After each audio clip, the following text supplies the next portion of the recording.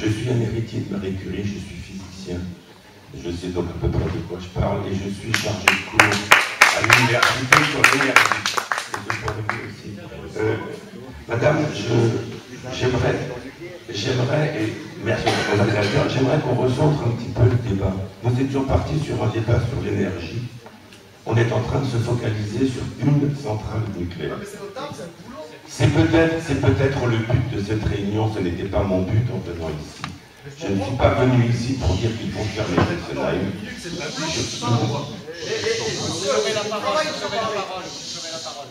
Je n'ai coupé la parole à personne.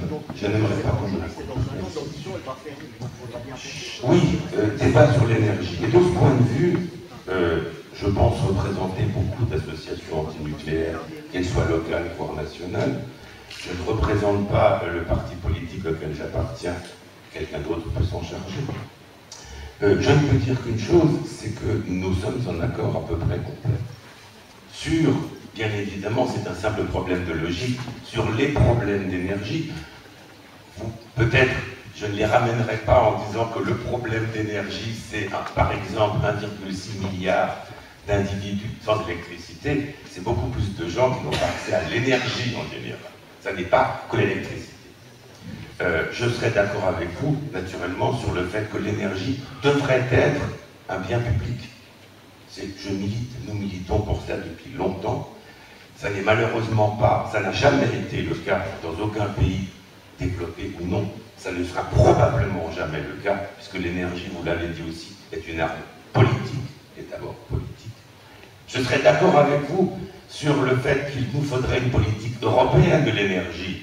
Mais je sais aussi, parce que j'ai lu l'ensemble de tous les traités européens depuis celui de 1961, en passant par tous les traités, Nice, Barcelone, la Constitution, etc., le mot énergie n'y figure jamais. C'est une volonté. On trouve la culture, on trouve les finances, mais jamais l'énergie. C'est le précaré de chacun des États. Ça a toujours été comme ça. On nous parle d'un débat. Tout le monde l'appelle de ses voeux. Mais ne nous attendons pas à des miracles. Il n'y a jamais eu de débat sur l'énergie. Je ne parle même pas du nucléaire. Les antinucléaires, et j'en suis un, disent toujours qu'il n'y a jamais eu de débat sur le nucléaire en France. Il n'y a jamais eu de débat sur l'énergie en France. Je suis assez âgé pour me souvenir qu'à une époque, on déménageait des villages pour mettre des barrages. Il n'y avait pas de débat à ce moment, à cette époque. Je serais éventuellement, je pourrais vous lancer une petite pique en disant que vous dites qu'il faudrait que les ressources énergétiques soient la propriété du pays qui les abrite. Laissons donc l'uranium au Niger, en Australie et au Kazakhstan, la munition. Mais bon, je ne vais pas. Vous avez dit. Vous avez dit qu'il faudrait laisser les énergies fossiles pour que les gens qui habitent là où elles sont abritées puissent s'en servir. Et eux d'abord. Bien, mais ça c'est pas grave. Non, nous avons clairement une divergence, nous sommes d'accord, je pense, sur le fond de l'énergie. Nous avons une différence, c'est que dans mon cas, dans notre cas, le nucléaire ne fait pas partie du mix énergétique. Pour vous, il en fait partie. Ce sont des positions qui sont, je pense, respectables l'une et l'autre. On pourrait en débattre très longtemps. Nous avons demandé, nous demanderons toujours que simplement on considère le nucléaire comme une énergie comme les autres. C'est-à-dire qu'on fasse le bilan de ses avantages financiers et autres, de ses inconvénients, de ses dangers, de ses déchets, de sa survie à bref ou long terme, et qu'on compare simplement le nucléaire aux formes d'énergie renouvelable, aux formes d'énergie fossile. Et de ce point de vue, force est de constater qu'aujourd'hui, le nucléaire n'a plus qu'une arme à jouer, c'est effectivement l'arme du CO2, qui est la même arme pour les énergies renouvelables. La plupart ne produisent pas non plus du CO2. Et du tarif. C'est un problème économique, je dis. Excusez-moi. Il y a deux choses. Il y a deux choses. Non, rapidement, je veux bien, mais j'en ai laissé beaucoup de gens parler. Si ce débat doit diverger uniquement sur le cas de Fessenheim, vu à travers uniquement l'emploi, je ne pense pas qu'on a grand-chose à faire ici. Excusez-moi. J'aurais bien aimé que les mêmes personnes, quand par exemple on a fermé la centrale à charbon du port du Rhin à Strasbourg, personne n'a crié contre l'emploi à l'époque. Je ne vous ai pas entendu crier à l'époque. Ceci dit, excusez-moi, juste une petite réponse. Je suis aussi l'héritier de Pierre et Marie Curie. Je vous signale quand même que le nucléaire français, c'est aujourd'hui tous les centres Westinghouse américains. Bon, c'est pas grave. C'est pas grave. Ceci étant, vous savez, j'ai habité pendant 8 ans à Fessenheim, au moment où la centrale hydroélectrique se construisait. Quand elle a été construite, j'ai déménagé. Je ne suis pas sûr que la ville de Fessenheim se soit beaucoup plainte du fait que je parte. C'était un petit peu petit. Non, simplement, reprenons s'il vous plaît le sens du débat. Fessenheim, la centrale de Fessenheim, de toute façon, a une durée de vie très limitée, tout le monde le sait. Aujourd'hui, en tant que physicien, en regardant simplement le vieillissement du métal du réacteur, et c'est partagé par EDF, sa durée de vie est d'environ une quarantaine d'années. Ces 40 ans, elle les aura atteints. Non, madame. 60 ans aux États-Unis. Ok. D'accord, alors on y va. La lecture des éprouvettes qu'on a aujourd'hui donne aujourd'hui une température de transition fragile ductile, comme on dit, à 40 ans à environ 96 degrés. Aujourd'hui, on sait ce qu'on pense. On n'a pas vérifié puisqu'on n'est pas à 40 ans. Visite décennale numéro 3, j'en fais partie. Donc aujourd'hui, EDF même reconnaît qu'en quarantaine d'années, c'est une durée de vie correcte pour une centrale. De ce point de vue, d'ailleurs, on pourrait dire que M. Hollande dit qu'elle fermera à la fin de son mandat. On est 77, ça fera 40 ans, on y est. Aujourd'hui, je crois qu'il ne faut pas opposer des trucs du genre l'emploi à la centrale de Fessenheim. Justifier le nucléaire uniquement par l'emploi qu'il rapporte, c'est difficile. Je pense qu'il vaut beaucoup mieux aujourd'hui saisir la chance qui nous est offerte d'avoir une transition, même si je ne suis pas d'accord, je reconnais le poids du politique, d'avoir la chance d'avoir une transition qui va s'opérer en douceur. J'aimerais beaucoup, au niveau même des syndicats, que, pour une fois, on leur annonce la fermeture de l'outil de travail pendant 5 ans, avec une quasi-garantie de reclassement. Les ouvriers, par exemple, de General Motors à Strasbourg, seraient contents qu'ils aient 5 ans pour se retourner et pour se réfléchir. Alors aujourd'hui, je pense que ce n'est pas une question d'emploi. Et vous pensez aux prestataires, parce que Lisa Chonnet, moi j'en suis une, mais est-ce que vous pensez aux prestataires et à toute la famille qui se pose 2 fois plus la question? Oui, madame, je pense parce que vous parlez d'une question politique, mais qu'on sacrifie soi-disant la centrale. Et moi je vais vous dire, on va la sacrifier pour 2% d'écologistes. Qui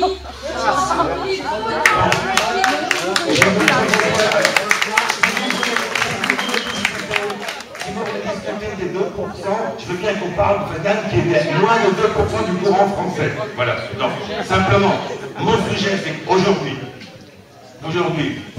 je pense que simplement, si l'on regarde les choses, les faits, lorsque l'on clame que l'on veut aller vers des économies d'énergie, clair, tout le monde le dit, tout le monde le voit.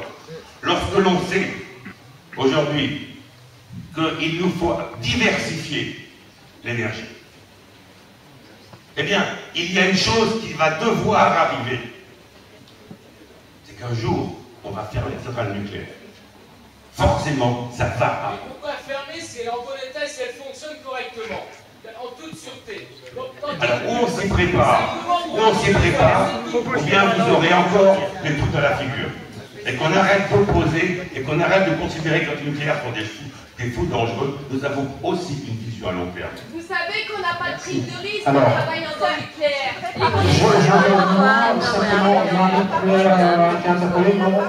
D'accord. Alors, oui, je vous ai pas oublié, vous inquiétez pas, ça serait pas possible. Alors, madame, je l'avais vu avant, je suis désolé. Donc, moi, j'ai une entreprise qui est sur le territoire de Fessenheim. Donc, cette entreprise a fait du photovoltaïque. Quand l'Allemagne a fait un moratoire, quand il y a eu Fukushima, de 3 mois sur le nucléaire, la France a fait un moratoire de 3 mois sur le photovoltaïque et ils ont cassé la filière. Bon, pour en revenir à ma société, moi, donc, j'habite en Alsace et j'ai ma société ici. Si un jour, Fessenheim, comme il y a eu un tremblement de terre à Bâle, il y a détruit Bâle, tout le monde le sait. Hein. Donc si un jour Fessenheim pète, moi je perds tout. Ma société, mes clients, peut-être la vie, ma maison, et je continuerai à payer les dettes que j'ai. Et j'ai en face de moi des gens de EDF qui jamais perdront leur emploi parce que vous êtes assimilés fonctionnaires. Moi je me bats tous les jours. Alors pour en revenir à l'emploi en Alsace, l'Alsace était la 3e région économique en France. Maintenant c'est la 11e. C'est la faute de qui? Eh ben, tout le monde doit se battre. Tout le monde doit se battre pour maintenir l'emploi.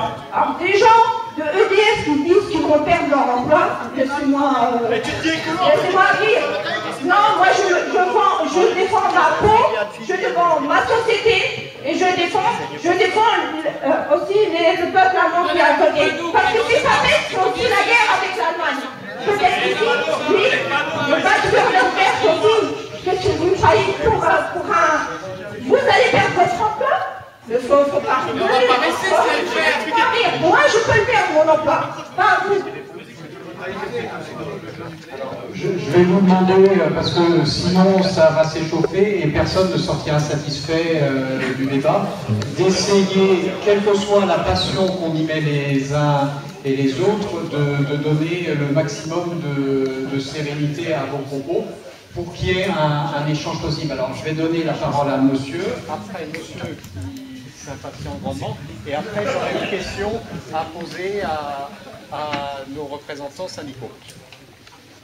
Oui, j'avais aussi une société qui s'occupait beaucoup de solaire et j'y crois toujours et de plus en plus.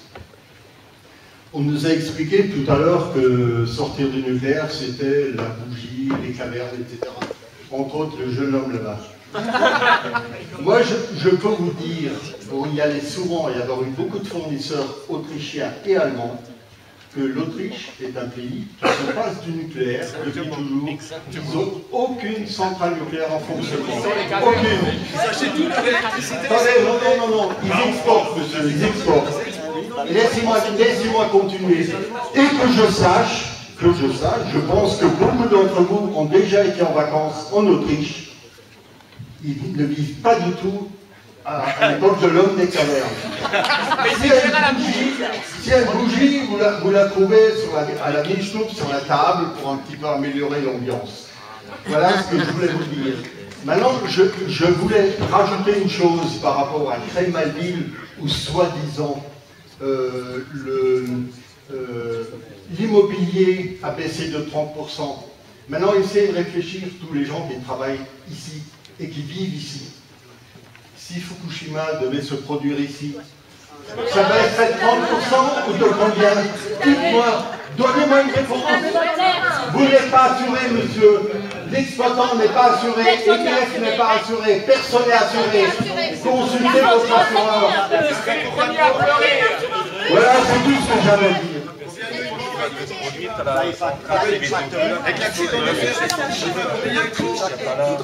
Attendez, on n'a pas fait les comptes encore. Monsieur, et comme j'ai dit après, il va revenir ces 980. Le risque nucléaire n'est pas assuré.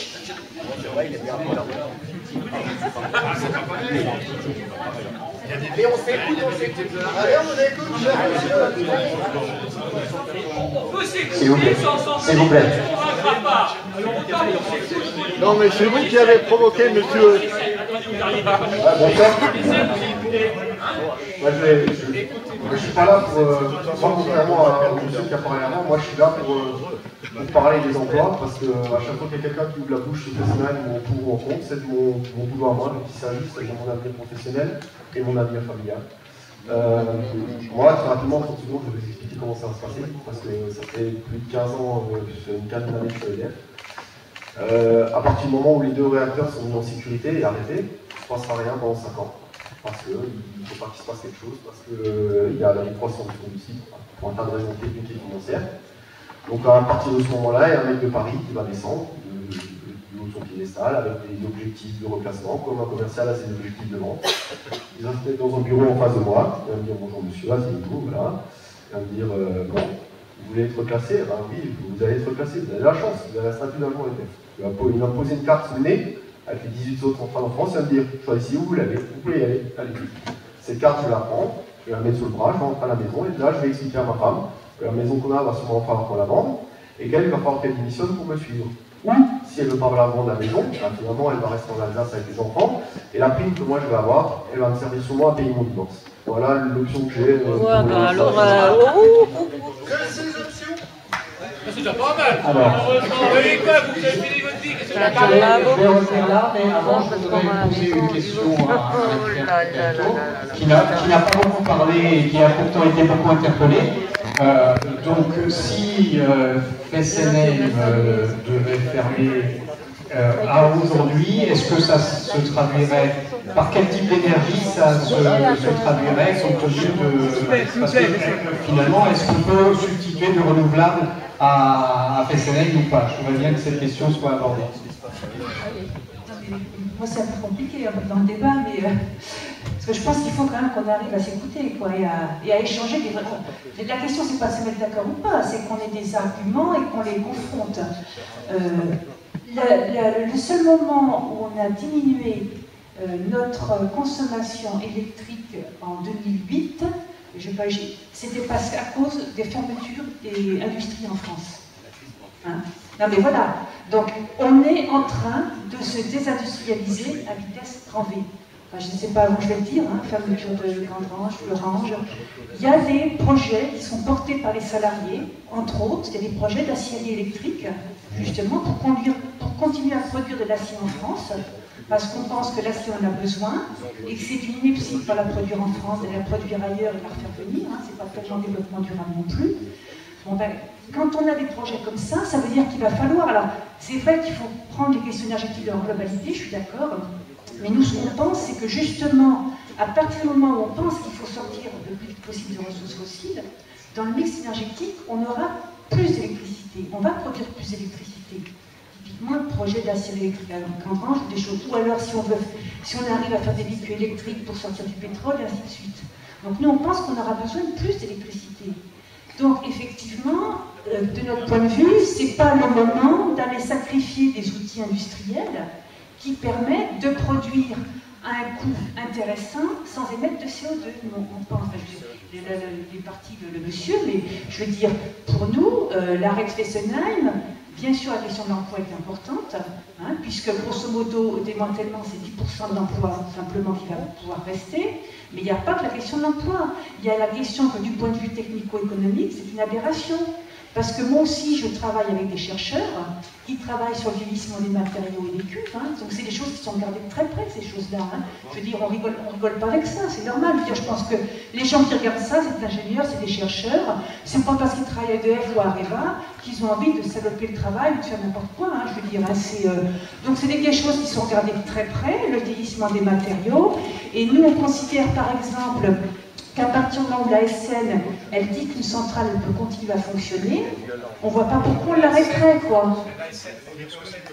L'autorité de sûreté nucléaire, nous on pense qu'à partir du moment où elle dit qu'une centrale peut continuer à fonctionner, on n'a pas de raison de l'arrêter.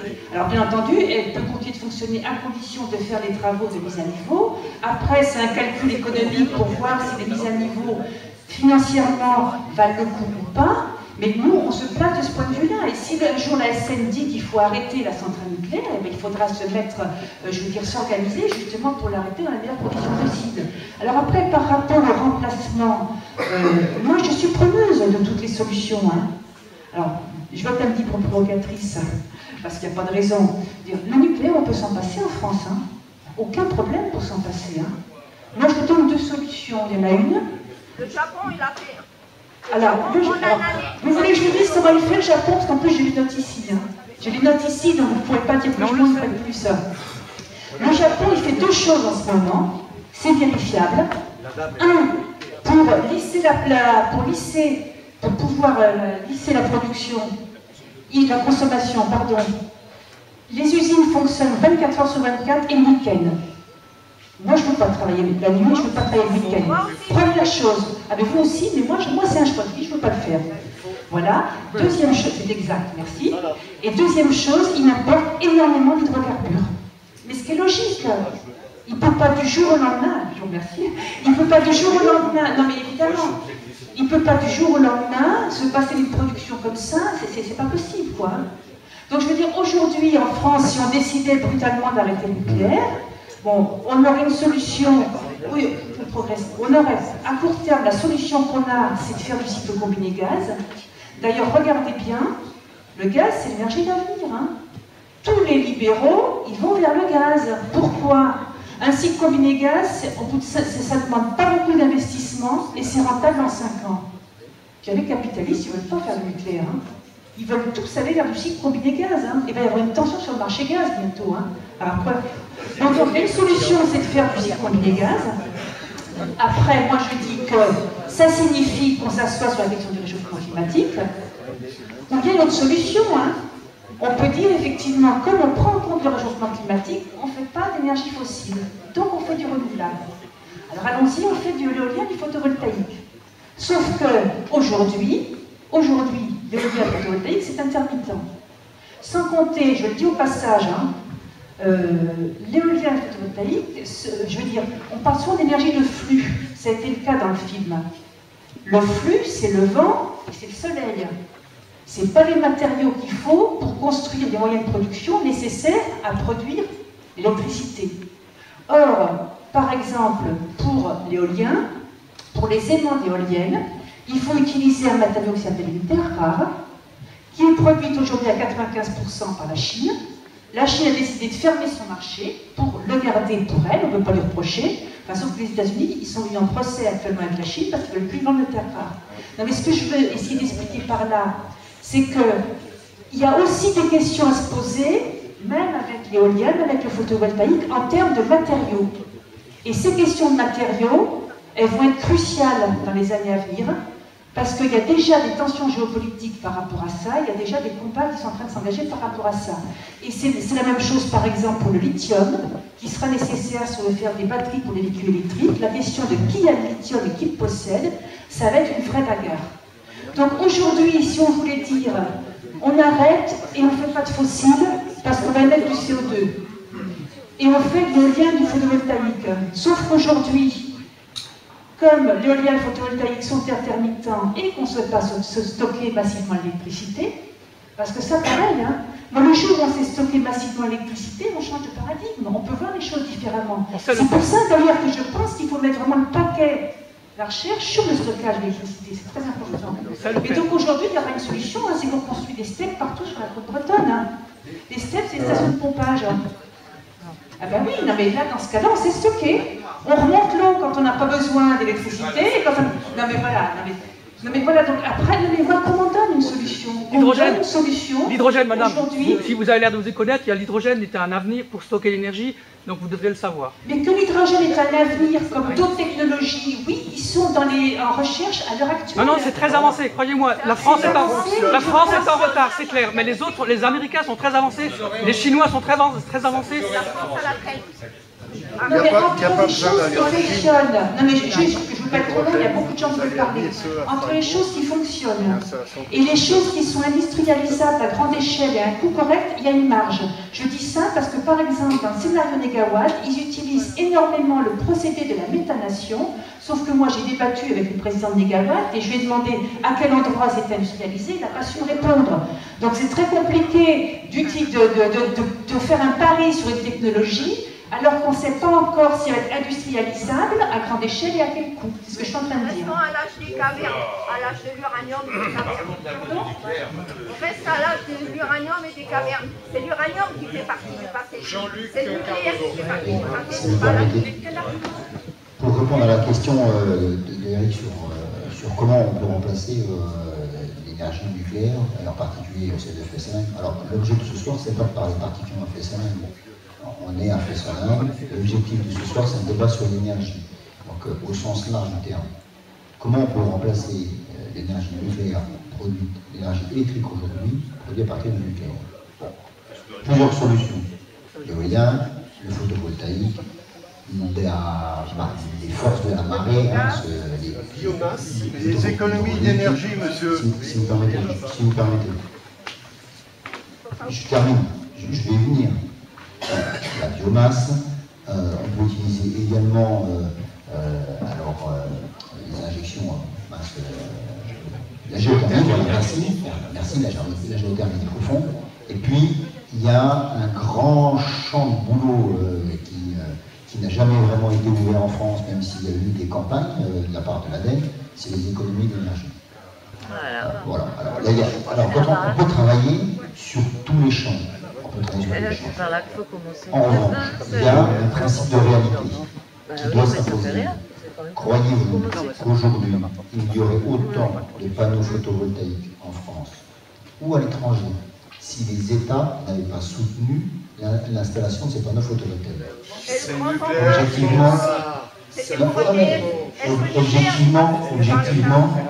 Objectivement, non, parce que le coût des panneaux photovoltaïques est très élevé. C'est la réalité, c'est comme ça. Parce que pour plusieurs raisons. Parce que les matériaux pour les construire viennent de pays qui fixent des tarifs qui sont, en particulier par exemple, la Chine. Pour les éoliennes, on est sur une situation un tout petit peu différente, puisque les matières premières pour construire des éoliennes, elles sont plus dans nos pays que on est moins tributaires que les autres pays. En revanche, l'inconvénient des éoliennes, c'est l'aspect visuel et puis c'est l'aspect puissance. Alors moi j'ai entendu, je vous lance un petit pic comme ça à ceux qui... J'ai entendu dire par le passé qu'il y avait un cube de sucre au milieu de la plaine d'Alsace, c'était pas très beau. Il y avait des gens, des écologistes qui se battaient contre ça. Aujourd'hui je trouve pas particulièrement très beau les éoliennes que je peux voir sur la montagne noire en face. Voilà. Bon, non mais c'est juste pour amuser la guerre. En revanche, là où on peut être concret, et là où l'État a énormément de choses à faire, c'est sur les économies d'énergie. Mais croyez-vous que l'habitant de tel ou tel village, ou de telle ou telle habitation, de telle HLM, il a des fenêtres qui sont des passoires, des murs qui sont des passoires, parce que ça lui fait plaisir que son énergie passe au travers des murs? Non. Son énergie électrique. Mais qu'elle soit électrique ou pas? D'ailleurs, dans les grands ensembles collectifs, c'est pas l'énergie électrique qui produit de la chaleur. C'est le chauffage central, bien souvent des chaudières classiques, fuel, voilà. Hein, pourquoi les gens ne font pas ces travaux-là? Pour une bonne et simple raison. Pour le nerf de la guerre. Pour l'argent. Alors, évidemment, on pourrait dire, ben oui, mais ces cons-là, dont on fait peut-être partie, dont j'ai fait partie, je dois le dire, c'est plus facile de laisser tomber tous les mois 2, 3, 4, 10 euros dans la poche de celui qui me facture mon énergie que d'investir 5 ou 10 000 euros d'un coup. D'autant plus que je n'ai pas un banquier qui va me suivre, parce que j'ai déjà une créance pour ma voiture, j'ai peut-être une créance déjà pour l'appartement dans lequel je suis. Donc évidemment, c'est une affaire qui est compliquée. Et je voulais dire une dernière chose, comme ça je rends la parole à la salle, et puis ça vous permettra de réagir en plus, c'est que pour remplacer les 1800 MW d'électricité nucléaire en Alsace produite par FSN, qui représente au passage quand même 70% de la consommation d'électricité en Alsace, c'est-à-dire qu'avec l'hydraulique qui est sur le Rhin et la centrale nucléaire de Fessenheim, l'Alsace est autosuffisante en production d'électricité. Elle n'a pas besoin d'importer de courant d'ailleurs. On ne peut pas le voir comme ça. Grosso modo. Non, mais, on est interconnecté. Oui, on est interconnecté. Non, mais si on prend la consommation de l'Alsace et les moyens de production d'Alsace, on arrive grosso modo à 100% entre l'hydraulique et le nucléaire. Non, on dépasse largement. Non, on dépasse 100%, mais quand on ajoute d'autres moyens de production, comme certains petits groupes diesel qui sont ajoutés. Et donc si on doit remplacer les 200 MW de Fessenheim par des éoliennes, c'est 2400 éoliennes, pour un taux de disponibilité équivalent qui n'y sera jamais, puisque le taux de disponibilité d'une éolienne est inférieur aux centrales nucléaires. Peu importe. Si ça fait 2400 éoliennes, ça fait une éolienne tous les 4 communes d'Alsace. Voilà. Alors j'ai dit ça volontairement à la fin de mon propos, c'est pour vous relancer un petit peu. Eric, bonne chance. me souhaiter bonne chance. Je pense que tout le monde est réconcilié pour dire que je n'ai pas distribué de manière juste la parole. Alors, monsieur, et je reviendrai là-bas après. Et derrière, il y a beaucoup de monde qui a demandé la parole.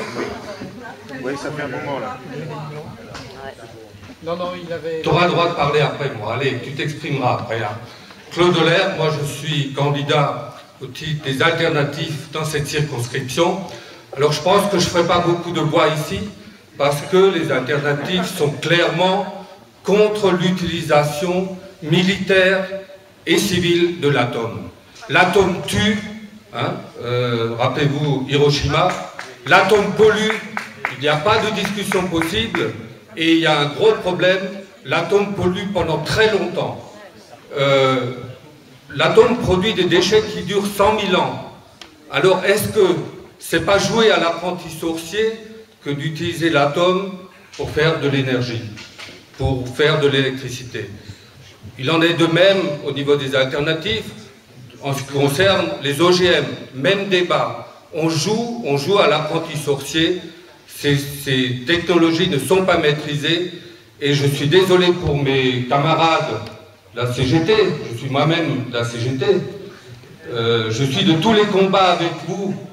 Je suis de tous les combats chaque fois que vous défilez, chaque fois que vous vous battez pour l'emploi. Dans ce cas-là, je suis désolé, je ne peux pas être de votre côté.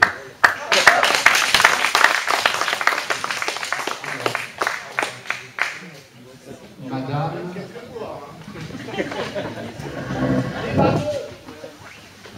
Bonsoir. Moi, je suis extrêmement touchée par le discours et l'heureuse que j'entends du côté du personnel, et ça n'est pas du faux, hein. Monsieur, vous pouvez toujours retourner la tête. J'ai aussi perdu mon emploi, c'est pas un moment très jouissif. Je voulais juste poser la question. Cette centrale nucléaire a été construite sur une zone sismique. Ça se sait. Pardon ? C'est pas tout ça. J'aimerais parler. Moi, je ne vous veux pas de mal. Hein. C'est pas moi qui prends la décision, mais je souhaite m'exprimer. Merci. Donc, a été construite sur une zone sismique. On le savait dès le départ, et ça a été de tout temps. Et si il y a eu des pertes, ou est-ce qu'il y a une autorité quelconque qui nous dit réellement les choses, est-ce qu'il y a une transparence par rapport à ce qui se passe, que ce soit à Fessenheim ou ailleurs? C'est la question d'une personne qui est sans emploi et qui ne vous souhaite pas la même chose, mais qui n'a pas non plus envie de faire un cancer ou quoi que ce soit. Voilà, merci. Bonsoir à tous. Alors, je n'ai pas participé au début. J'ai un emploi et je suis ici. Parlez plus près du micro. Je suis Antoine Seriani. Je suis candidat dans la deuxième circonscription pour le parti déclassé. Alors, je n'ai pas participé, je n'ai pas entendu être parti depuis le début de la réunion, puisque j'ai un emploi et quand j'arrive. Par contre, j'aimerais juste, j'ai quand même saisi certaines remarques qui sont assez touchantes. Hein, quand on touche à son emploi, à son avenir, c'est... J'aimerais que la personne qui essayait de faire croire que ceux qui travaillent dans le nucléaire à l'étranger sont des idiots ou je ne sais pas quoi, j'aimerais qu'il y ait un peu plus de respect pour les morts de Tchernobyl, de Fukushima. C'est déjà moindre des choses. Non, je disais juste un peu de respect pour les gens qui sont morts et qui travaillent dans les autres industries que les industries françaises. Non, mais c'est juste... Ensuite, au niveau, si on prend, j'aimerais aborder le point du nucléaire sur 4 points. Premier point, la santé. La santé publique. Sachant que certaines études contre l'avis de l'OMS, parce que l'OMS a un accord avec l'énergie nucléaire qui interdit à l'OMS de faire des rapports épidémiologiques sur la santé liée aux radiations. Sachez que les études qui étaient faites dans le bassin, par un médecin dans le bassin de la Hague, qui a constaté qu'il y avait une augmentation anormale des cas de leucémie, et a été radié ce médecin, parce qu'il avait publié cette information. Je ne me rappelle plus son nom. Qu'en Allemagne, des études ont été faites autour des centrales nucléaires et qu'ils ont fait le même constat, augmentation des cas de leucémie anormale par rapport à des endroits où il n'y avait pas de centrales nucléaires, sans constater de suite pour autant. Donc c'est étrange, il y a des hasards. Je n'arrive pas à l'expliquer, mais c'est comme ça. Ensuite, au niveau des travailleurs, il faudra donner le nombre de travailleurs EDF, je dis bien EDF, qui travaillent au niveau de maintenance. Qu'on me dise combien chez EDF travaillent à la maintenance. À la maintenance, dans les opérations maintenance. Ouais. Et c'est pas bien.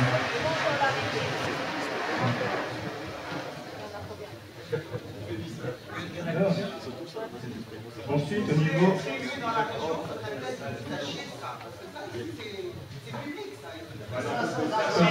Quand je parle à la maintenance, c'est donc les opérations de démontage, de démontage dans le circuit primaire et de remplacement des éléments. Ils ne sont pas dans les statistiques, ceux-là.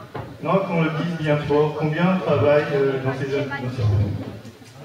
ces opérations qui sont hautement dangereuses et spécifiques. Non, c'est pas dangereuse.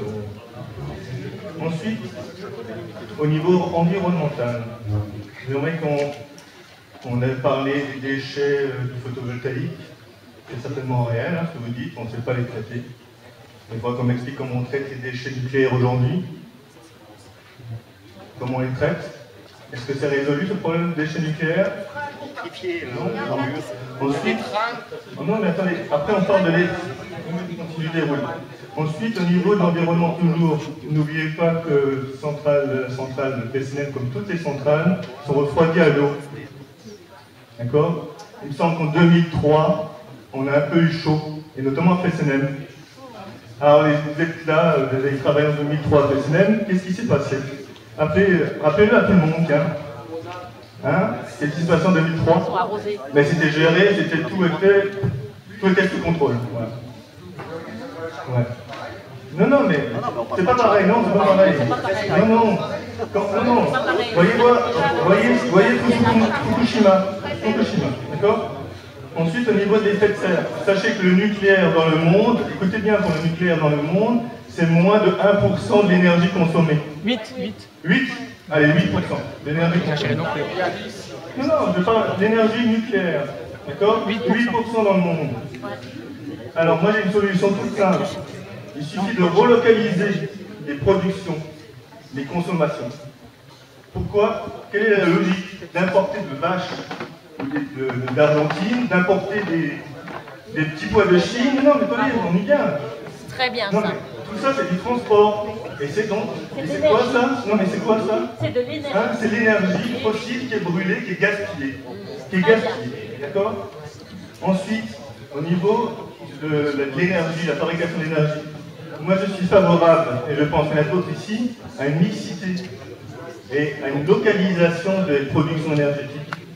Des endroits où il y a du soleil, ben, on met du photovoltaïque, on met du solaire, enfin tout ce qu'on peut faire. Les endroits où il y a du vent, on met un peu de vent, on met des éoliennes. Les endroits où ils ont de la chance d'avoir du géothermique, on favorise la géothermie. Et les endroits où il y a des marées, on utilise les marées, et ainsi de suite. Et en plus de ça, il y aura un grand avantage, c'est qu'on aura une localisation des productions énergétiques et un coût de transport, pour ne pas dire une perte de transport, qui sera non négligeable. Parce qu'il me semble que dans les pertes, il y a, de ce que j'ai entendu, de ce que j'ai lu, dans la littérature sujet, entre 2 et 3 réacteurs qui tournent pour compenser les pertes de transport. Je me trompe? D'accord? Bon. Oui. Ensuite, la relocalisation. La relocalisation, ça favorise justement ça favorise l'emploi. Non, mais ça favorise l'emploi. Le fait de relocaliser les productions, vous relocalisez aussi l'emploi.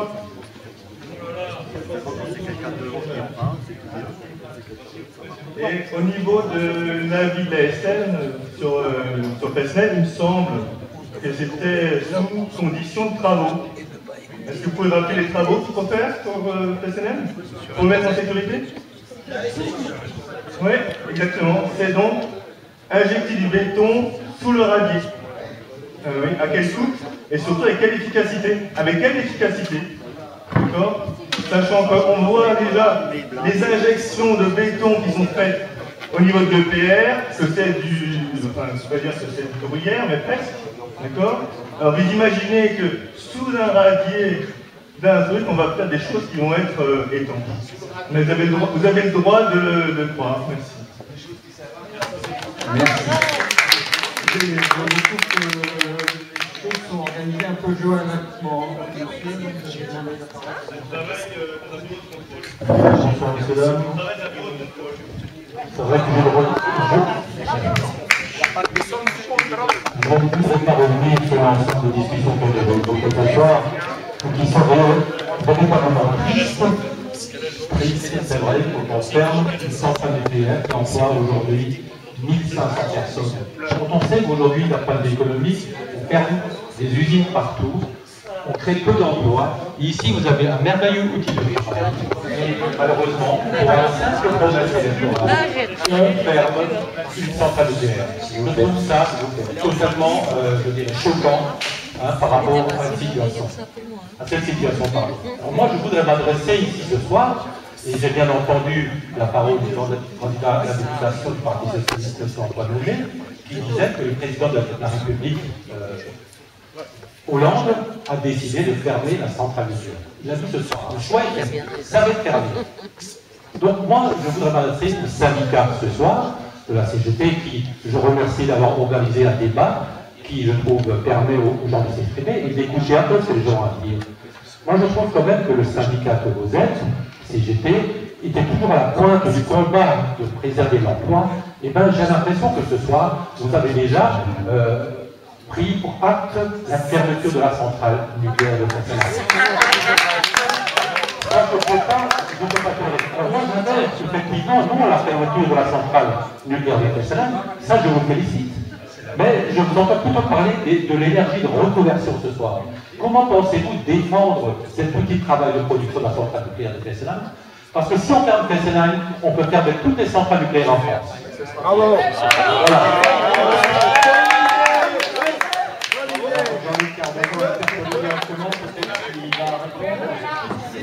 Voilà. Évidemment, je suis obligé de répondre directement. S'il vous plaît. Donc, évidemment, je suis obligé de répondre directement à la question que vous posez. Alors, c'est vrai que dans le débat, on a peut-être l'impression que nous sommes dans la proposition d'autres moyens de production. En revanche, on est loin de ça. Nous, on est pour... alors, il faut que les choses soient bien claires. Moi, je travaille à la centrale, je suis tous les jours, je suis pas suicidaire. Voilà, j'ai des enfants, j'ai une femme, j'habite Fessenheim. Voilà, comme disait madame, si j'avais sa pète, je suis au premier loge. Mais, malheureusement, le choix de conception de nos installations fait que ça n'est pas possible. Je ne veux pas ouvrir le débat. Je veux pas ouvrir le débat sur la question. Je veux répondre. Parce que sur la question sur laquelle je suis plus particulièrement interpellé, sur la défense de l'outil de production, sur la défense de l'outil de production, cet outil de production, c'est un outil de production qui, par des autorités de sûreté qui sont autonomes, compétentes, c'est des ingénieurs. Moi j'ai bien dire, j'ai bac-3. Voilà. Je travaille dans une centrale nucléaire, d'accord, mais j'ai bac-3, il faut bosser, hein. Enfin, voilà. C'est à la portée de n'importe quel citoyen de savoir comment fonctionne une centrale nucléaire. Et je fais entièrement confiance aux gens qui ont les compétences pour nous contrôler et qui, plus est, ont des diplômes supérieurs aux miens que moi, je n'ai même pas été capable de le tenir. Voilà. Donc, ensuite, ces gens qui veulent nos installations nous disent qu'on peut exploiter. Ça induit donc des emplois. C'est la question. Alors tout à l'heure, vous avez dit 1500, c'est pas tout à fait juste. On peut dire que c'est 1000 emplois directs EDF prestataires qui travaillent quotidiennement sur le site de Fessenheim. C'est 1 millier induits dans les ingénieries des entreprises qui travaillent pour Fessenheim, les prestataires, etc., hein, qui travaillent, mais pas directement sur le site de Fessenheim, hein, qui sont en préparation de chantier, enfin voilà, ce genre de choses-là. Et puis, donc ça fait à peu près 2000 salariés directs. Et puis on peut considérer que les familles de ces salariés, c'est à peu près 1500 emplois. Si on ne considère que les conjoints, on ne va pas chercher les enfants qui sont pas en salariés, mais c'est les enfants qui travaillent, etc. Donc c'est à peu près, ça fait à peu près, non, on arrive à peu près à 3500. On arrive à peu près à 3500 salariés, gens qui sont directement liés à l'activité de la centrale nucléaire de Fessenheim. Mais quand bien même, comme le disait Marie-Claire à côté, quand bien même, l'autorité de sûreté nucléaire me disait demain il faut fermer Fessenheim, je ne me battrai pas, parce qu'elle n'est pas sûre, je ne me battrai pas une seconde contre l'avis de l'autorité de sûreté nucléaire. Au contraire,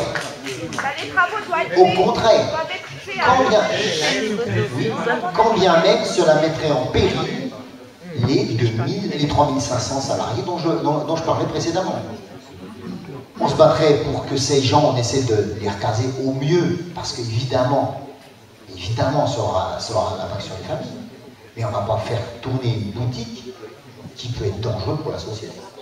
Donc très clairement, nous on est pour la défense des emplois, mais parce que les emplois et l'outil de production est sûr.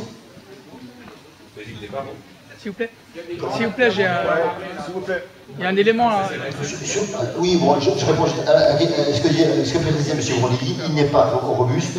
Vous faites référence aux recommandations de l'autorité de sûreté nucléaire sur les travaux. L'autorité de sûreté nucléaire, elle dit très clairement, vous avez l'autorisation d'exploiter pour améliorer le niveau de sûreté. Le référentiel de sûreté est réévalué tous les 10 ans. Fessenheim 1, pour lequel l'avis de la SN a été rendu, comme a dit les deux, pour en parler plus précisément,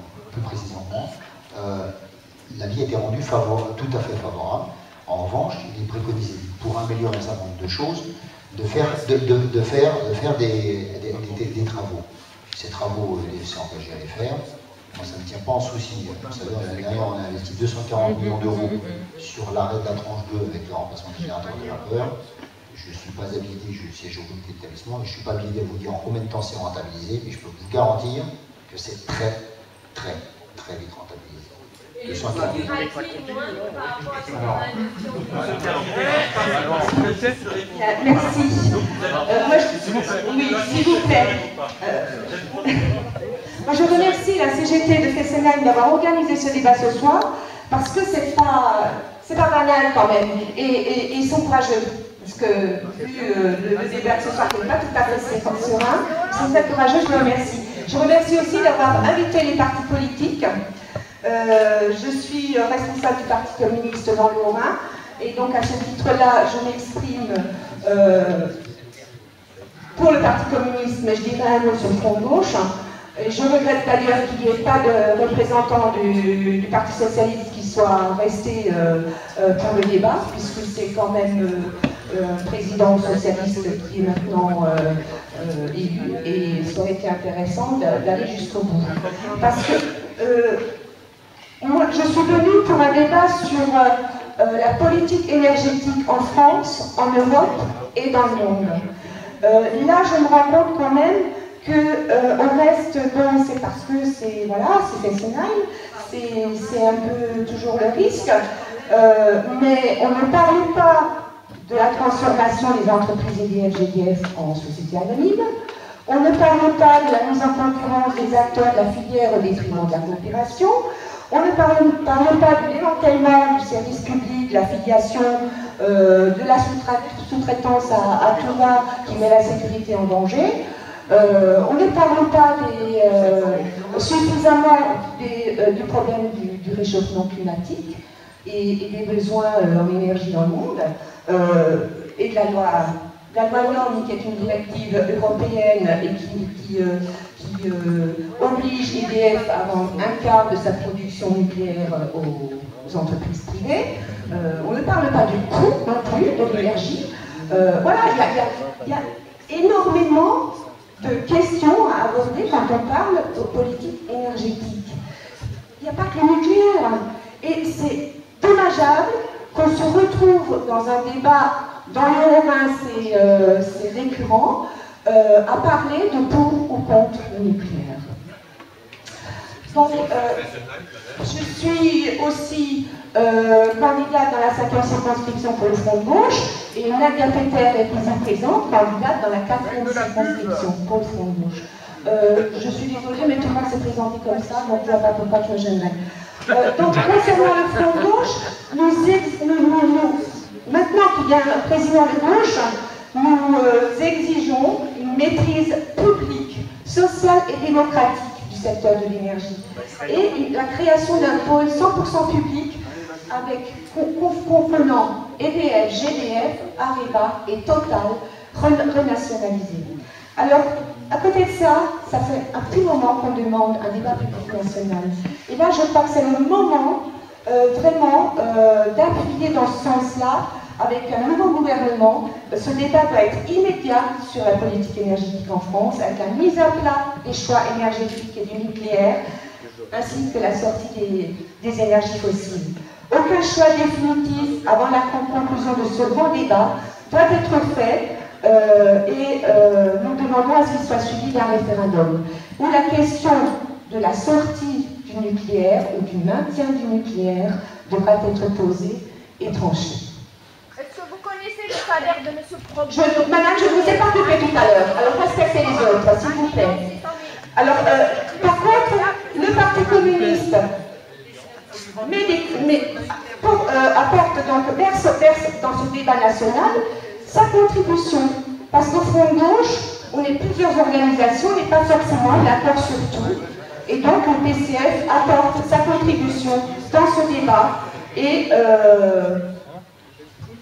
nous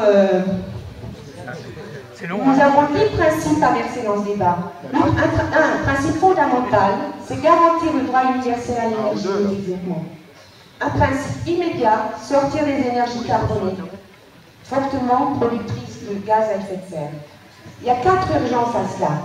Il faut lancer un programme national de rénovation thermique de l'habitat, ça a été dit, et je suis d'accord sur beaucoup de choses qui viennent d'être dites par la CGT d'ailleurs. Rééquilibrer l'usage des transports en favorisant les moins polluants. Je parle de ferroutage, je parle du transport urbain et interurbain, je parle du fluvial, mais je parle aussi d'un plan national de recherche pour la voiture du futur, la voiture propre du futur. Et il faut mener de pair la réindustrialisation et la planification écologique, en engageant un développement massif et diversifié des énergies renouvelables. Alors, il y a aussi une exigence, c'est sécuriser le nucléaire dont le recours reste pour le moment nécessaire dans un mix énergétique rééquilibré. Rééquilibré, ça veut dire qu'il faut pousser la recherche et le développement le plus loin possible de nos connaissances aujourd'hui pour aller vers un mix énergétique important concernant tout ce qui vient d'être dit, le solaire, la géothermie, la biomasse, etc. Mais on sait très bien qu'aujourd'hui, les énergies renouvelables ne suffiront pas à répondre aux besoins. Donc nous sommes pour la sortie du tout nucléaire, mais nous disons qu'on ne pourra pas se passer du nucléaire. Voilà, je me m'arrête pour le moment. Alors, je ne sais pas si nous aurons l'occasion de revenir tout à l'heure éventuellement sur les déchets, puisque ça a été abordé, mais je crois que ça mérite du développement. Je ne vais pas être trop longue. Merci.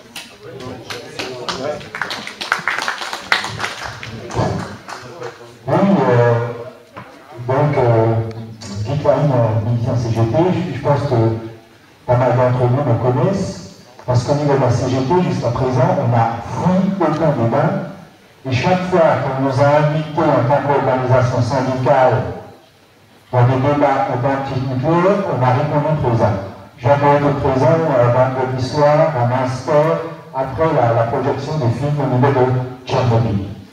Voilà, déjà ça, mais je crois que lors de tous ces débats, le personnel de la centrale vous a toujours respecté aujourd'hui et on est toujours resté courtois lors de ces débats. Alors, ça, je tenais quand même à le rappeler et à le préciser, et je crois que la position, ça a été dit, c'est très clair, dans l'état actuel des choses, la CGT n'est pas favorable à la fermeture de Fessenheim. Mais pour nous, on est des citoyens, et on a toujours dit, si on estimait qu'on fait courir le moindre risque à la population alsacienne, on demanderait l'arrêt immédiat. Par contre, et quand même, on a parlé, je ne sais pas, il y a une dame qui a parlé tout à l'heure de transparence. Au niveau de la France, on a quand même, on est seul pays à avoir une commission locale d'information et de surveillance.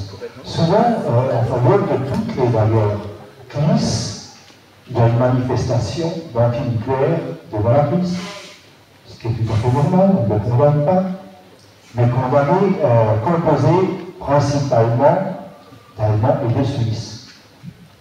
Au niveau de l'Allemagne et de la Suisse, il n'y a pas de CNIS. Elle n'existe pas. Et au niveau de la CNIS, vous êtes présents. Tout le monde est présent au niveau de la CNIS. Monsieur Talmont, il dit que c'est pas vrai. Comment c'est pas vrai? Il y a des commissions. Oui, il y a aussi... Oui, attendez, je parlais de respect, madame, tout à l'heure. Ayez aussi un minimum... Excusez-moi. Non, écoutez, citez-moi. En plus, au niveau de la CNIS, il y a un certain nombre de représentants suisses et allemands. Mais le fond du problème n'est pas là. On parlait de transparence. Et je le répète, et je demande, pour ce qui me concerne, que ces CNIS soient filmés. Pourquoi? Quand l'autorité de sûreté fait un bilan exact de l'ensemble des travaux qui ont été faits, au niveau de vos représentants, j'ai été coupé à la porte. Mais de toute manière, ça, monsieur, il avait été foutu à la porte. Mais ça, c'est votre problème interne. C'est votre problème à vous. C'est vous qui l'avez mis dehors. C'est parce que tout le monde est représenté au niveau de la CNIS. C'est pas nous qui désignons, c'est pas EDF qui désigne les représentants au niveau de la CNIS. Toujours est-il qu'au niveau de la CNIS, quand un état des lieux est fait par l'autorité de sûreté, je suis intervenu à ma entreprise pour dire maintenant au niveau des opposants, si vous n'êtes pas d'accord, si c'est une vieille boutique telle que vous l'annoncez qui fuit de partout, si la cuve est percée, donnez-nous donc des exemples précis. Dites-nous ce qui ne va pas, quels sont les matériaux qui fuient. Quand l'autorité de sûreté fait une présentation des travaux post-Fukushima, il dit, bon, allez-y. Je parle du débat à la CNIS. Entre autres, il y a M. Stoll, on ne peut pas le nommer. Il est présent. Il dit, on ne l'entend pas dans le domaine technique. Par contre, ce qui ne l'empêche pas de sortir de là, de faire une conférence de presse avec François Béranger qui vient de partir, maire de Bogotzaï, et cela qui dévoile tout le façonnement de la boutique. Mais ça, je vous dis, c'est de la malhonnêteté intellectuelle et vous surfez sur la peur du citoyen. Parce que, allez-y, démontrez-nous en CNIS, et c'est l'endroit de débat le mieux adapté, qu'on vous raconte un certain nombre de conneries. Et ça permettrait de faire un réel débat. Voilà, je crois qu'il y aurait encore beaucoup de choses à dire, elles ont été dites, mais je m'en arrêterai là.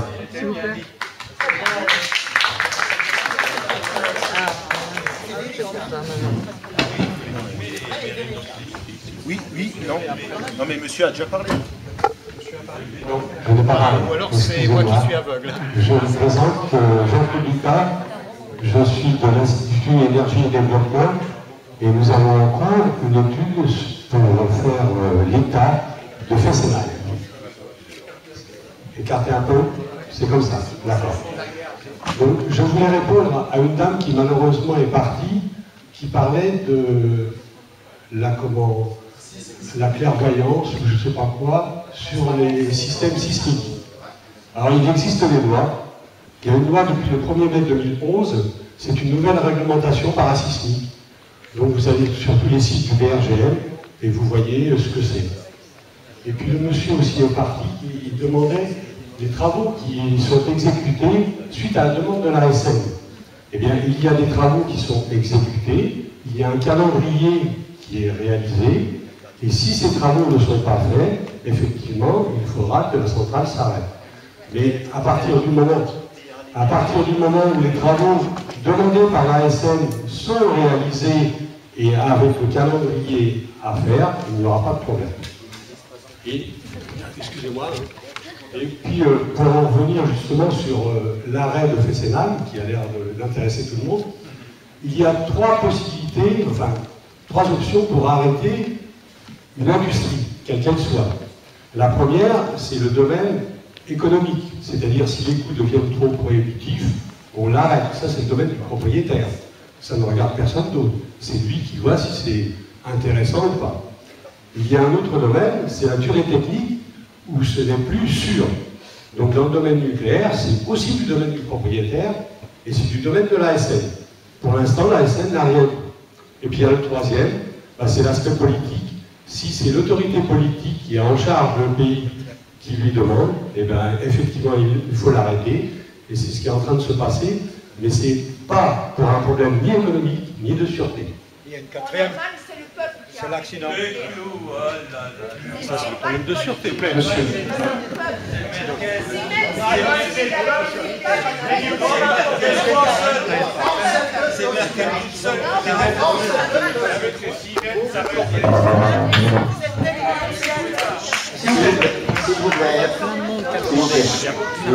On s'écoute.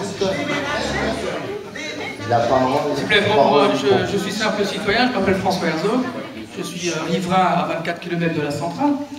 Et d'abord, je pense effectivement, je suis très touché par les témoignages des gens qui ont peur pour leur emploi, je comprends ce que c'est, je suis dans le bassin potassique, les mines ont fermé, c'est vraiment quelque chose qu'on comprend. Il y avait une entreprise qui s'appelait TexUnion, qui faisait partie du groupe DNC, il y avait 1000 employés, ça a fermé, alors que c'était quelque chose aussi qui pouvait survivre. On comprend tout ça, il y a des enseignants qui sont mutés, qui doivent partir avec leurs conjoints, on comprend tout ça. Bon, mais ceci dit, on ne peut pas mettre en balance les emplois par rapport à un certain danger. Alors vous citez l'ASN comme référence. Alors, bon, premièrement, l'ASN, il y a 5 membres qui décident. Ces 5 membres, il y en a 3 qui sont désignés par le président de la République, et un par l'Assemblée nationale, et le dernier par le Sénat. Bon, alors on pourrait discuter de la partialité de cet organisme. Ensuite, je relève que le syndicat a indiqué qu'il y avait des soucis avec la sous-traitance, et que donc il y avait des problèmes de sécurité liés à cette sous-traitance qui est donc pas aussi efficace qu'à l'époque où il y avait des employés d'EDF qui s'en occupaient. J'ai bien compris. D'accord. Donc, vous sous-entendez que l'ASN n'est pas exhaustive dans ses indications de choses à remédier. De fait. Non, mais donc, j'ai bien compris que vous soutiez de la sécurité suite à la sous-traitance. C'est-à-dire que l'ASN ne s'est pas exprimé sur la sous-traitance. Donc ça manque. Voilà, donc c'est quelque chose qui manque. Voilà, donc c'est pour ça que je disais que l'ASN n'est pas exhaustive dans ces... D'accord. Alors maintenant, moi j'ai simplement téléchargé sur Internet un avis de l'ASN. Alors c'est suite à l'accident de Fukushima, hein, donc j'ai cherché ça sur Internet, on peut le trouver. Hein. Alors il y a 10 avis donc, sur les mesures à recommander suite à Fukushima. Hein. Le premier avis, je le lis tel quel, la catastrophe survenue à la centrale nucléaire de Fukushima confirme que, malgré les précautions prises pour la conception, la construction et le fonctionnement des installations nucléaires, un accident ne peut jamais être exclu. Voilà. J'habite à 24 km de la centrale, je suis désolé, je ne veux pas prendre ce risque. Je ne veux pas prendre ce risque. Si vous me permettez de répondre directement, vous avez raison de ne pas prendre ce risque. En revanche, c'est pas pour dire c'est mon petit cas ou mon petit copain qui n'est pas bien, mais on ne peut pas comparer les installations nucléaires du type Fukushima, du type Tchernobyl, avec des installations. C'est comme si on C'est l'ASN qui le dit. Oui, non mais parfaitement d'accord. C'est-à-dire que l'ASN, elle dit que ce qui s'est passé, malgré les moyens qui ont été mis, les études de conception en place au départ, pour les installations du type Fukushima, qui sont, je vous rappelle le passage, des réacteurs de type bouillant. Pour faire simple, c'est une cocotte minute dans laquelle vous avez à moitié de l'eau et vous avez votre combustible là-dedans. Ce qui n'est pas du tout le principe de fonctionnement des unités de production nucléaire en France, hein, puisque c'est des réacteurs à eau sous pression. Donc notre cocotte minute, elle est pleine d'eau et le combustible est dedans. Et les réservoirs qui peuvent éventuellement se déverser dans la cuve du réacteur sont situés géographiquement au-dessus. En l'occurrence, je fais référence à un réservoir qui s'appelle le pressuriseur. Alors c'est très technique, puisque je suis technicien. Quand on parle de choses et qu'on veut dire telle ou telle chose, c'est pas bien, c'est dangereux, etc. À un moment donné, il faut parler, il faut mettre le doigt dans le technique, et c'est forcément là que ça devient moins intéressant pour le Kidam. Mais donc en l'occurrence, je parle de pressuriseurs et de nos générateurs de vapeur qui ont une capacité d'eau stockée, comment dire, latente, de façon statique, voilà, de façon qui vient statiquement dans la cuve du réacteur. C'est une conception complètement différente des centrales comme Fukushima, où ces réservoirs d'eau sont contenus dans le bâtiment réacteur et en dessous du niveau de la cuve, ce qui nécessite un matériel pour amener cette quantité d'eau au-dessus dans la cuve. La SN a émis un avis sur les centrales françaises, hein, qu'on soit bien clair. En revanche, sur cette pas du tout, monsieur Brown, vous le savez pertinemment. Je n'ai pas été polémique jusque-là, mais ça, quand vous dites ça, vous mentez. Et en tant que technicien, je ne peux pas vous laisser dire ça, et vous ne pouvez pas dire ça, monsieur. Le GV, c'est pas... Non, pas. En revanche, c'est un échangeur. En revanche, c'est une capacité d'eau potentielle et qui peut statiquement toute seule descendre dans la cuve du réacteur. D'eau primaire, oui, mais c'est bien ça qu'on cherche, c'est bien refroidir le circuit primaire. Donc l'autorité de sûreté nucléaire, elle a donné cet avis sur les centrales nucléaires de Fukushima. Non, française. C'est un avis. L'ASN est chargée de donner un avis sur les centrales françaises. On est d'accord. L'avis dont vous parlez, c'est les études de conception de la centrale de Fukushima. Pas du tout. Non, pas du tout. Non, celui-ci, je l'ai bien lu, ne vous inquiétez pas, c'est bien de ça dont il parle. Il ne parle pas de la centrale nucléaire française. En revanche, c'est ce que je voulais dire au départ, c'est qu'on ne peut pas comparer ce qui n'est pas comparable. Je ne dis pas que nous avons la panacée, ou qu'entre guillemets, rien ne peut se passer. Enfin, c'est comme avec votre voiture, vous allez repartir, certains d'entre vous vont partir en voiture, et ça peut, un accident, un problème sur vos freins peut vous arriver n'importe où, je ne sais trop quoi. Les risques ne sont pas les mêmes, oui. Mais en revanche, quand vous avez quelqu'un qui vient contrôler vos installations, je fais la comparaison avec le véhicule parce que c'est une bonne comparaison. Régulièrement, vous allez au contrôle technique. Vous passez votre voiture au contrôle technique. Au moment où vous sortez du contrôle technique, il y a un lascar qui vous attend à la sortie qui vous dit la voiture elle passe au contrôle technique, elle est verte, impeccable, aucune remarque. Mais par contre, vous la prenez, vous la mettez à la trace. C'est ce qu'on est en train d'expliquer pour l'autorité de sûreté nucléaire qui a la compétence pour évaluer. Moi, je ne remets pas en cause la compétence du gars qui évalue ma voiture au contrôle technique, comme je ne remets pas en cause la compétence de l'autorité de sûreté nucléaire qui vient contrôler mes installations. Et donc, aujourd'hui, on est en train de nous expliquer que malgré un avis d'un technicien, tout à l'heure, bien plus intelligent que moi, qui ont des arguments, qui ont accès à toutes les données, très tranquillement, ils veulent venir un samedi matin à 2h du matin, ils arrivent, ding dong, bonjour, autorité de sûreté nucléaire. La porte est s'ouvre, ils rentrent, ils ont 2 places sur le parking spécifique pour se garer. Bonjour monsieur, on vient faire un contrôle sur ça. Non, attendez, il faut qu'on appelle. Non, ça marche pas ça. On va faire un contrôle sur ça. Et bien, on le donne. Il n'y a pas de délai. On ne dit pas, attendez, vous reviendrez dans 2 heures ou demain matin, alors on ne l'a pas, il faut que je demande. Non, ça marche pas ça. Si on fait ça, c'est carton rouge. Je ne vois pas le poisson, monsieur Brun. Juste sur 2 points. D'abord, ce que vous avez dit par rapport à l'ASN. Alors, il fait 5 personnes. Il faut quand même comprendre que l'ASN, elle s'appuie sur les travaux de l'IRSN. Non, attendez, non. Hein, bon, j'ai fini. Elle s'appuie sur les travaux de l'IRSN. Là, c'est 1000 ingénieurs. D'ailleurs, nous, on a des syndiqués là-dedans, on les connaît, on va les voir. D'ailleurs, moi, souvent, quand j'ai des documents, je leur envoie pour qu'ils me donnent leur avis. J'ai aucune raison de penser qu'ils vont saboter leur travail, c'est toujours pareil. Donc, je veux dire, c'est pas 5 personnes, la SN, hein. En dessous, non, mais je suis désolée, moi, je trouve que c'est pas correct de faire ça. Non, mais c'est le monsieur qui me fait un signe. Je trouve que c'est pas correct de dire ça. Moi, je veux dire, moi, je suis désolée, quand je fais mon travail, je le fais en toute conscience. Je ne vais pas essayer de faire mal mon travail parce que je veux dire. Non mais le monsieur il fait ça. Non mais attendez, regardez ce qu'il me fait comme signe aussi. Merde à la fin. Je veux dire, moi je suis pas complètement parano ici. Je vois. Bon, je dis que l'IRSN, il y a 1000.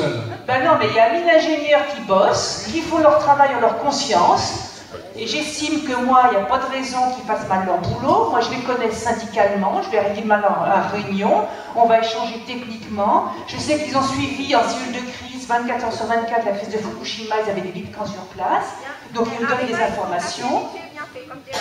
Pardon, excusez-moi. Ils sont cassés vite fait, bien fait, comme des lapins de Fukushima. Le problème, c'est que vous n'avez pas les bonnes informations. Hein. C'est un problème, c'est que vous n'avez pas les bonnes informations. Hein. Parce que les salariés d'Areva, moi je les connais peut-être plus que vous, madame. Je les connais plus que vous, les salariés d'Areva. Vous n'avez pas les bonnes informations. Alors, si je peux finir, parce que si je peux finir là-dessus, et donc par rapport à l'ASN, et donc ce que vous disiez sur la sous-traitance, quand le gouvernement a demandé qu'on fasse des évaluations complémentaires de sûreté, la première chose qui est arrivée, déjà, ça concernait que les centrales nucléaires, et ça concernait le nucléaire civil, et ça concernait que la technique. Il y avait 5 points techniques qui étaient regardés: séisme, inondation, perte de sources froides, perte d'alimentation, et puis le 5e. Nous, exactement. Nous, qu'est-ce qu'on a dit syndicalement? On a dit, il n'y a pas de raison de regarder que les centrales nucléaires, il faut regarder toutes les installations nucléaires de base, y compris les centres de traitement, ainsi de suite. Deuxième chose, on a dit comment ça se fait que personne parle de nucléaire militaire. On a écrit partout au gouvernement, on a été les seuls à parler de nucléaire militaire en la période. Hein. Je pense qu'on a été les seuls, j'ai pas entendu d'autres voix. Non mais il y a une vraie question. Personne n'a parlé de nucléaire militaire à part la CGT. Nous on s'est tendu des lettres aux autorités concernées parce que c'est pas les mêmes, on a eu 0 réponse hein, au passage. Et après, nous ce qu'on a dit, c'est ce que j'ai vais redire tout à l'heure, c'est bien regarder les aspects techniques, il faut, mais c'est pas suffisant. Et donc, suite à notre action, parce que je pense que c'est réellement notre action qui a fait ça, et quand on le fait, après tout, il n'y a pas besoin de pas le dire, si l'ASN vient de mettre en place un groupe de travail uniquement consacré aux facteurs organisationnels, sociaux et humains et à la sous-traitance. Donc, ça vient juste d'être mis en place. La mise en place est le 7 juin. Donc c'est vraiment très récent, Donc il va être ouvert, hein. Il y a une liste comme ça de gens qui participent dedans. Hein. Oui, non mais attends, c'est notre intervention qui l'a fait, ça. Hein, on est bien d'accord. Hein. Oui, mais c'est bien ça qui est malheureux, quoi. Non, mais ça veut dire, oui, mais bien sûr, c'est malheureux, mais ça veut dire que, et nous, on est en train, entre autres, d'avoir des négociations avec les employeurs pour gagner des droits pour les salariés sous-traitants. Et je pense que ça, c'est extrêmement important. Alors après, la deuxième chose, par rapport à ce que vous avez été chercher sur le site de l'ASN, il faut tout dire, c'est-à-dire que le rapport aussi dit il n'y a pas de raison aujourd'hui d'arrêter l'installation. Attendez, je finis. Il n'y a pas de raison aujourd'hui d'installer une installation en France. Par contre, il dit effectivement, oui, d'arrêter, il dit effectivement que le risque zéro n'existe pas, mais ça c'est bien évident. On en est bien tous conscients ici que le risque zéro n'existe pas. Par contre, moi ce que je pense, mais bon ça, il faut qu'on puisse en discuter, je veux dire. Moi ce que je pense, c'est qu'on doit être capable de maîtriser la technologie pour ne pas arriver à l'accident grave. Moi je pense qu'effectivement un accident grave du type Tchernobyl-Fukushima est inacceptable. J'en suis persuadée. Mais je pense, non mais attendez, on va discuter sur le fond, parce qu'on ne peut pas discuter. Fukushima, je suis désolée, il faut tout dire aussi. C'est pas Il faut... Attendez. Non mais moi aussi je peux tout dire. Je peux dire qu'1 an avant, il y a quelqu'un de très haut placé chez TEPCO qui a démissionné parce qu'il a dit la digue est trop basse. S'il y a un tsunami, ça ne tiendra pas le choc. Bon, ça ne coûte pas très cher de monter une digue. Pourquoi ça n'a pas été fait? Mais les Suisses disent que le risque sismique est sous-estimé. Première chose, pourquoi ils n'ont pas mis de recombinaire d'hydrogène après Tchernobyl? En France, on a regardé Tchernobyl, on a tiré le retour d'expérience sur toutes nos centrales, on a mis des recombinaires d'hydrogène. Ils n'en ont pas mis, ça a fait explosion. Pourquoi ils ont fait ça? Nous, dès que ça s'est passé, le lundi, on a contacté les syndicalistes de TEPCO là-bas. Qu'est-ce qu'ils nous ont dit? Non, mais c'est pas une réponse. Moi, j'ai fait des affirmations. Là. Non, là, c'est pas une réponse. Je dis pourquoi ils ne l'ont pas fait, c'est pour des questions de fric. La réponse, je l'ai. Il ne faut pas me prendre pour d'imbécile non plus. On a contacté les syndicalistes de TEPCO. Ils nous ont dit, ils ont attendu 24 heures pour noyer le cœur. Pourquoi ils ont fait ça? Je pose la question, mais j'ai la réponse. Parce qu'à partir du moment où on noie le cœur, on sait qu'il est HS et que ça coûte du fric. Et ça, c'est inacceptable d'attendre 24 heures pour noyer le cœur. C'est criminel. Donc, je veux dire, il faut quand même, à un moment donné, analyser précisément l'accident et avoir un tour d'expérience. Donc, moi, compte tenu de ces choses-là, je reste persuadée qu'on est capable d'avoir une maîtrise telle qu'on n'arrive pas à un accident grave. Voilà. Mais on ne peut pas l'exclure. C'est marqué. Ah non, mais moi l'accident grave, je dis qu'il n'est pas acceptable. Et je dis qu'on doit tout mettre pour ne pas y arriver et que c'est possible. Et non, il y a une contradiction. Risque zéro n'existe pas. Non, attendez. Moi là-dessus, mais moi j'ai aucun souci pour que si on mène le débat... Attends. Moi je n'ai aucun souci pour que si on mène le débat de manière démocratique et large, ce soit les citoyens qui décident. Mais par contre, il faut tout dire. On met tout sur la table. Et à partir de ce moment-là, ça ne me pose aucun problème. Et le risque terroriste